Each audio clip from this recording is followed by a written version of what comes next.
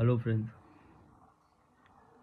भारत के प्रधानमंत्री जो इस समय तत्कालीन में है, नरेंद्र मोदी जी, जब ये 2013 में गुजरात के मुख्यमंत्री थे, तो तब ये उस टाइम जो है, जो भारत के प्रधानमंत्री उस टाइम थे मनमोहन सिंह। तब उस टाइम वो ये पूछ रहे थे, जबकि उस टाइम भारत का रुपया जो चल रहा था 59 पे चल रहा था, $1 पे।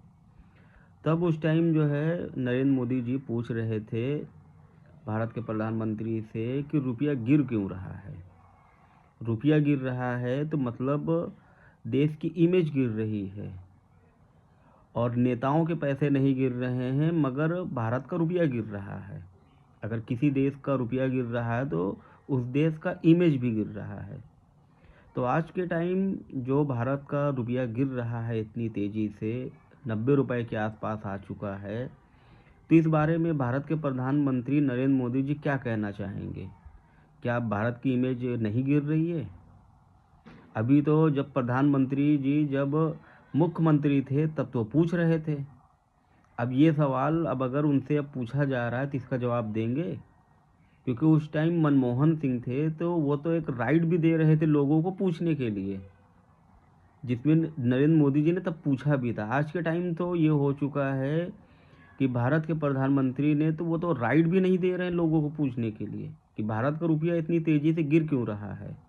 शेयर मार्केट क्या चल रहा है? शेयर मार्केट भी पोर्टफोलियो जो है उसका हाल इतना ज़्यादा लोगों का ख़राब है, पोर्टफोलियो का वो जहाँ का तहाँ वहीं पड़ा हुआ है, घटने के सिवा बढ़ने का उसमें कुछ भी नहीं हो रहा है। बैंक निफ्टी अपने ऑल टाइम हाई को छूकर वो नीचे वो भी एकदम गिरा हुआ है। जिस दिन से सरकार ने अपने जीडीपी का ग्रोथ रेट जारी किया है डेटा, उसमें भी सरकार पूरा कंफ्यूज है कि 8.2 है कि 7 पॉइंट कुछ है। सरकार उसमें भी मतलब एकदम कंफ्यूज है कि भारत की जीडीपी ग्रोथ रेट क्या है।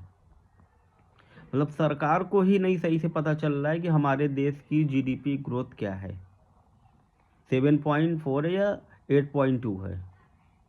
और रुपया तो ऐसे ही गिर रहा है कि सरकार का मतलब कि इस टाइम अगर देखा जाए तो 10% नीचे हो चुका है। मतलब कि जो भारत की परचेजिंग पावर है वो 10% नीचे गिर चुकी है। तो लगता है कि भारत के सरकार जो प्रधानमंत्री जो हैं नरेंद्र मोदी जी, इनको बताना चाहिए कि रुपया क्यों गिर रहा है।